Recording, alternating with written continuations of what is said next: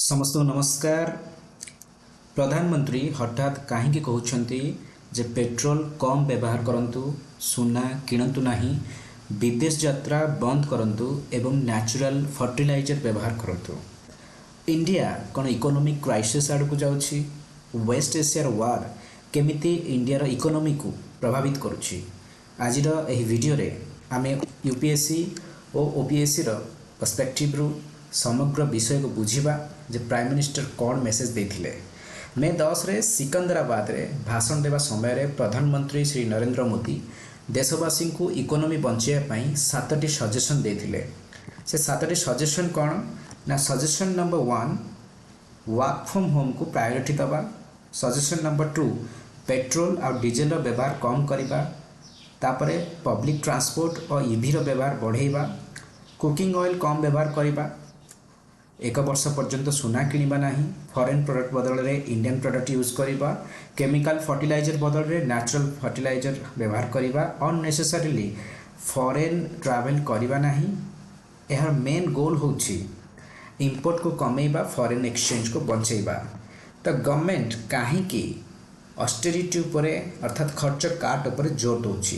यार सब बड़ कारण होची वेस्ट एशिया रे जो युद्ध चली द्वारा सृष्टि होता इकोनॉमिक एनर्जी क्राइसिस। प्रथम कथा है क्रूड ऑयल प्राइस रे वृद्धि। 1 वर्ष पूर्वे जो ब्रेंट क्रूड प्राइस थिला पाखापाखी बैरेल पिछा $65 आउ एबे ता वृद्धि पाई पहुंची $110 फॉर बैरेल। इंडिया तार ऑयल इंपोर्ट रो 85 ରୁ 90% इंपोर्ट करे। यार अर्थ ऑयल प्राइस बढ़िले इंपोर्ट बिल बढ़िबो, इंपोर्ट बिल बढ़िले डॉलर डिमांड बढ़िबो, डॉलर डिमांड बढ़िले रुपी वीक हबो। इंडिया टोटल इंपोर्ट रो पाखापाखी 70% होची केवल ऑयल। तो सेति पई पीएम को जो सजेशन थिला ता भितरु प्रथम 3टा सजेशन ऑयल ऊपर फोकस थिला। ठीक अछि।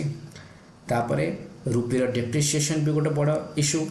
इंडियन रुपी बहुत वीक है जा भितर। गत वर्ष पाखापाखी डॉलर पिछा 85 टंका थिला, एबे डॉलर पिछा 96 टंकार पहुँची।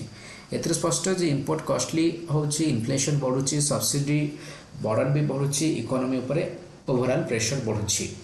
तो रुपी को स्टेबलाइज रखापी आरबीआई प्रथमे बहुत किसी डॉलर बिक्री कला। फल आरबीआई रो जो फॉरेक्स रिजर्व ता ऊपर भी नेगेटिव इंपैक्ट आसिला। तो आरबीआई पाखे जो फॉरेन एक्सचेंज रिजर्व थिला $581.4 बिलियन ता खसिकी $552.4 बिलियन पहुँचला, कारण आरबीआई आ भीतर बहुत डॉलर बिक्री कला रुपी की स्टेबलाइज करने।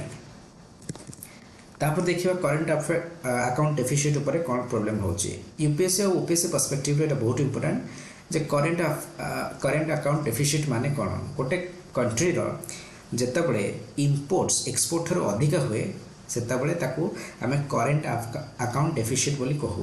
फॉर्मूला होचे करेंट अकाउंट डेफिसिट केमति बाहरिबो ना total import minus total export. India रे करेंट अकाउंट डेफिसिट टोटल हमर जीडीपी रो 1.4% रु बढ़ी बढ़ी 2.5% हेलानी। तो ये जो हाई करेंट अकाउंट डेफिसिट रो डेंजर सब कौन ना? करेंसी क्राइसिस आसी पारिबो, इन्फ्लेशन, फॉरेक्स रिजर्व डिप्लीशन हो, इकोनॉमिक इंस्टेबिलिटी आसीबो। 1991 रे जो हमर इकोनॉमिक क्राइसिस आस्थिला ता मध्य एक्सटर्नल सेक्टर प्रेशर द्वारा ही हेतिला। Why is gold a problem? आम देखिए सुना किणवा मोदी जी मना कले। जितेबाला भी ग्लोबल अनसर्टेनिटी आसे से इन्वेस्टर माने गोल्ड उपर अधिकार अधिका निर्भर करती। ठीक अच्छे। या कह जाए सेफ हावेन ऑफ एसेट। कारण सेफ हावेन एसेट को कहीं कह जाए ना सबू किसी डूबी गले भी गोल्ड प्राइस उठिकी ठिया हुए। यहाँ सब बेले दबिकी रुहेनी। गोल्ड प्राइस 45 ରୁ 60% बढ़ी जा भितर, किंतु इंडिया रो डिमांड कमिनी। कहीं आम गोल्ड केवल गोटे इन्वेस्टमेंट नुह, आमर इकोनॉमी आमर इमोशन सहित भी जड़ित।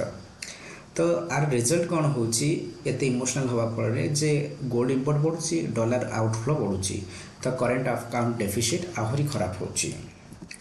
एग्रिकल्चरल सेक्टर उपर कौन इम्पैक्ट रहिबो इंडिया बहुत अधिक परिमाण में केमिकल फर्टिलाइजर इंपोर्ट करुच्ची वार पर फर्टिलाइजर प्राइसेस बढ़ी जाइए तो से गवर्नमेंट नेचुरल फर्टिलाइजर को प्रमोट करुच्ची किंतु यह विभिन्न असुविधा क्रिएट करें कारण क्रॉप प्रोडक्टिविटी ए नेचुरल फर्टिलाइजर जो कमी पारे फार्मर्स मैंने प्रभावित हेबे ता छड़ा वीक मनसून ए वर्ष आसबार आशंका करा जाउची ता उपरकू एल निनो प्रभाव भी अच्छी तो एल निनो प्रभाव दुर्बल मौसमी ये सब आमको बेसी हैरान करि पारे तो ये देखिए गवर्नमेंट कौन कौन मेजर नहीं गवर्नमेंट कौन मेजर नहीं प्रथम कथा हूँ गोल्ड इंपोर्ट ड्यूटी को बढ़ेगा गोल्ड इंपोर्ट ड्यूटी आगर 9.2% थिला एबे तक कला 18.4% आ फल आर गोल कौन रखी जे आम जो इंपोर्ट ड्यूटी को 18.4% करवा फल गोल्ड इंपोर्ट कमिब एवं फॉरेन एक्सचेंज आ द्वारा सुधर दुई रे गवर्नमेंट स्टेप नहीं सिल्वर इंपोर्ट रिस्ट्रिक्शन भी करिछि डॉलर आउटलुक रोकियापाई तापरे पेट्रोल डीजेल सीएनजी 3 टंका पर लिटर 4 टंका पर लिटर सीएनजी 2 टंका पर केजी बढ़ी फल फुएल डिमांड कमिब एवं लॉस ओवरऑल जो होची ऑयल कंपनीज मानकर ता द्वारा आपको चेक दिया जाई पारिबो other smaller government convoys prime minister और मिनिस्टर तांकर कन्वेयर साइज जो कन्वेयर गाड़ी जाउथला तार संख्या कमे छथि एटा गोटे ऑस्टेरिटी मेजर भाबे देखा जाउछि क्रिटिसिज्म आर कौन होछि ना ये क्रिटिसिज्म द्वारा कह जे मोदी जो अपील कले प्राइम मिनिस्टर जो अपील कले ये इलेक्शन पर कले इलेक्शन पूर्व करते इलेक्शन बेले जो बड़ बड़ रैलीज है बड़ बड़ रोड शो है से भी कमा जा पारता कारण आम जो वार है मिडिल ईस्ट जो क्राइसिस आरंभ होता तो ये आरंभ होनी 2-3 मास आरंभ है इलेक्शन पीरियड एत तेल कहीं खर्च है ठीक है गवर्नमेंट लीडर मैंने निजे निजे ट्रावेल कर extensively foreign campaign foreign visit कर ठीक अच्छे तो पब्लिक कहीं सब आगुआ आगू रखा जाऊँगी पॉलिटिशियन मैंने कहीं लीड नौना ये सब खर्च काट मामला विल दिस मेजर्स वर्क जहाँ जहाँ भी गवर्नमेंट स्टेप नेला यहाँ कौन ठीक ठाक काम कर कि पॉजिटिव साइड आम कहीपर हाँ फ्यूल रेट बढ़िले तार कंजप्शन कमी पारे आउ इंपोर्ट डिमांड भी कमी पारे आ फॉरेक्स रिजर्व पर पॉजिटिव इंपैक्ट आसीपारे आ डोमेस्टिक प्रोडक्शन भी बढ़ी पारे कि नेगेटिव इंपैक्ट कौन ना higher fuel prices increase inflation जितेबाला आमर पेट्रोल डीजेल दर बढ़ुची ओवरऑल सीएनजी दर बढ़ुची तो निश्चित भाव में आमर अदर कमोडिटीज तांकर भी दर बढ़िबो पब्लिक ट्रांसपोर्ट भी तार अधिका कॉस्टली हो पड़ो आ जितेबाला आम इंपोर्ट ड्यूटी की 18.2 आम मझे गोल्ड इंपोर्ट ड्यूटी कमे किसी वर्ष तले 2-3 वर्ष तले कहीं कारण आम देखिले इंपोर्ट ड्यूटी कमेले आमर स्मगलिंग कमुची कि जो इंपोर्ट ड्यूटी आम बढ़ा मोस्ट लाइकली गोल्ड स्मगलिंग बढ़ farmers may suffer in short term रे आम फार्मर मैंने सफर करेंगे expert believe that temporary austerity alone cannot permanently solve India's external sector problems आपको एमती छोट मोट ऑस्टेरिटी अर्थात खर्च कार्ड व्यवस्था करके आम सुधारीकरण कर ना लंग टर्म सॉल्यूशन आमको दरकार जमीक एक्सपोर्ट आमको केमती बढ़ेगा से दिगरे काम करिया पड़ो एक्सपोर्ट बढ़िले ऑटोमेटिकली आम रुपीर डिमांड बढ़ो आम रुपी एत तलक खसब ना improve manufacturing competitiveness boost dollar inflows and reduce import dependence so ये थिला हमर प्रधानमंत्री मोदी जो ऑस्टेरिटी अपील अच्छी तापर आम किसी डिस्कशन कले आम कौन केते डेप्थ बुझिले ताहा टेस्ट करने आम 2टा क्वेश्चन अच्छी एमसीक्यू नंबर 1 ताको अटेंड करवा यहाँ UPSC OPSC perspective civil services exam perspective question which of the following factors directly contribute to the increase in India's current account deficit India current account deficit को बढ़िया पे की दाई rise in crude oil prices increase in gold imports depreciation in of rupee increase in export correct answer अब option number B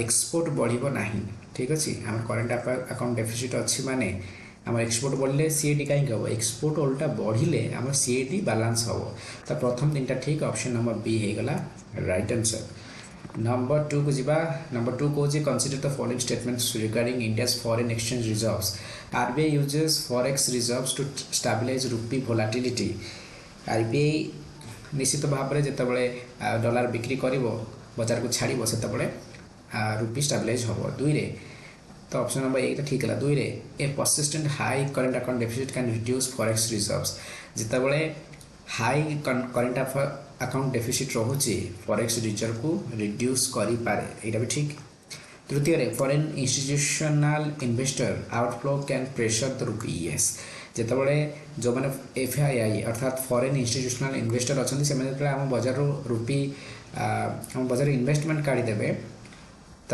ରୁପି ଉପରେ pressure ଆସିବ। ତ କେଉଁଟା correct ବୋଲି ପଚାରୁଛି, କରେକ୍ଟ ହେଉଛି ତିନିଟା ଯାକ। ସୋ କନକ୍ଲୁଜନରେ ଆମେ କହିପାରିବା ୱେଷ୍ଟ ଏସିଆ ଯେଉଁ କନଫ୍ଲିକ୍ଟ ଅଛି इंडिया भलनरेबिलिटी को एक्सपोज कर दी पुणी थे आम ग्लोबल एनर्जी सप्लाई आगे ग्लोबल कमोडिटी शक आगे केते असहाय आम फिल कर पार्चे। प्राइम मिनिस्टर मोदी ऑस्ट्रेट अपील एसेंशियली गोटे भल अटेम्प्ट किंतु एटा सफिशिएंट नुहे। आमको बहुत आगू आगु भाबार था एवं आगपाई भाबार अच्छे। ठीक अच्छे तो आमको बहुत अलग उपाय स्टेप्स नबार अच्छे जमीक आम एक्सपोर्ट बढ़ो आम डोमेस्टिक आम केमती आमर वेहिकल गुड़ाक इलेक्ट्रिफाई कर चाइना जमी तार टोटाल जो मेनली तार जो ट्रक सिस्टम अच्छी भारी जान जो कमोडिटीज नहीं जाऊँ बुआबुई कर डीजेल जब इलेक्ट्रिक कर आम भी आम ट्रेन सिस्टम को इलेक्ट्रिफाई कर फल एक सक को डीजेल ना आउ ट्रेन सब से सक को आब्जर्व कर आम ट्रक मैंने भी सब इलेक्ट्रिफाई हो पारे चाइना भाया ताहले ए सक रू भी आम अनेक परिमाण में मुकुड़ी पारिबा। सो आशा करुँच आपको हेल्पफुल लगी यदि वीडियो हेल्पफुल लगी तो please like this video comment to give us feedback. आशा करुँच आपण मैंने चैनल को सब्सक्राइब करते बर्तमान में। धन्यवाद।